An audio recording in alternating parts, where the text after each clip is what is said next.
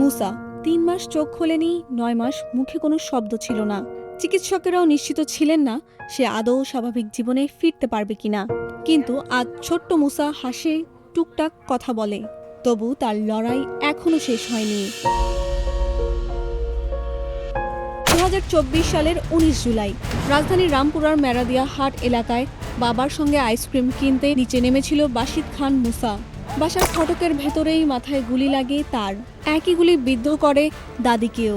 পরের দিন মারা যায় তার দাদি, আর শুরু হয় ছোট্ট মুসার জীবন মৃত্যুর লড়াই। বাইরে থেকে একটি গুলি এসে ওর মাথা এই জায়গা দিয়ে ভেদ করে ঠিক আমার আম্মুর পেটে লাগে। তখন আমি আমার আম্মুকে দেখি নাই, শুধু ওকে গুলি লাগছে, রক্ত দেখে আমি ওকে নিয়ে তাৎক্ষণিকভাবে হাসপাতালে চলে যাই। কি গুলিতে আমার আম্মু আহত। পরবর্তীতে তখন আমি যখন জানতে চাই সে কোথায় আছে, তখন তারা বলে যে আমাদের বাসার পাশে একটি হসপিটাল আছে, ফরাজি হসপিটাল।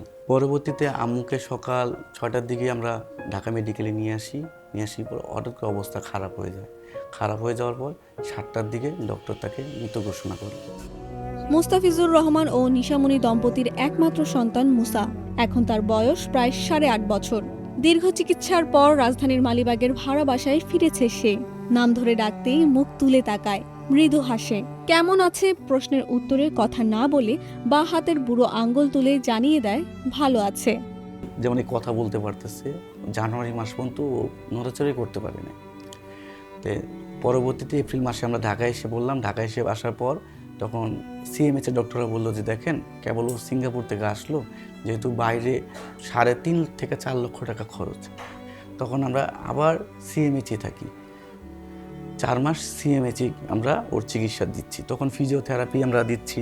ফিজিওথেরাপি দেওয়ার কারণে ওর এই যে ডান পাটা একটু নাড়াতে পারছে, তারপর মাউথটা একটু নাড়াতে পারছে, ফিল পাচ্ছে।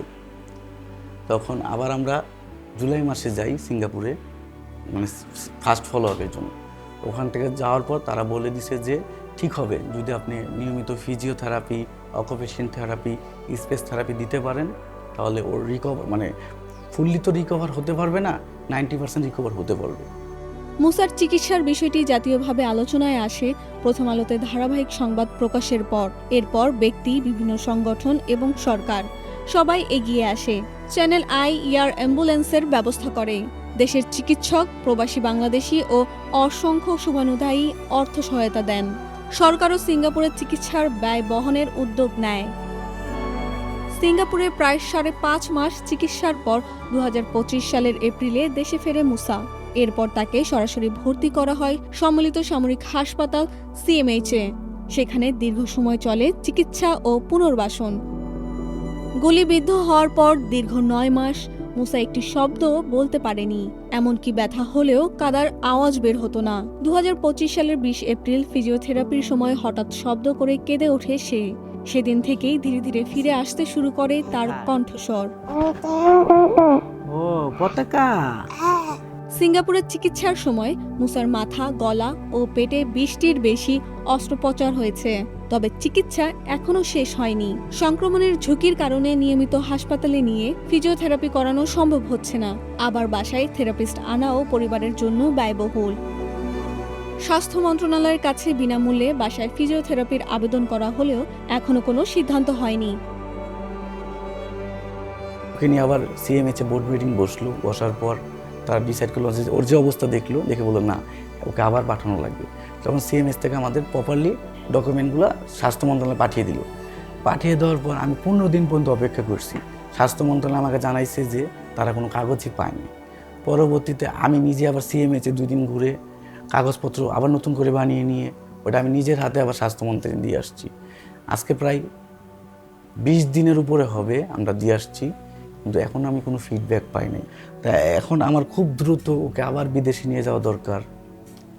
কারণ আমার সরকারের কাছে একটাই দাবি যে সমস্যাটা কোন জায়গায় সেটা সলভ করে আমাদের যাতে সহজ উপায় বাইরে ওকে আমি নিয়ে যেতে পারি।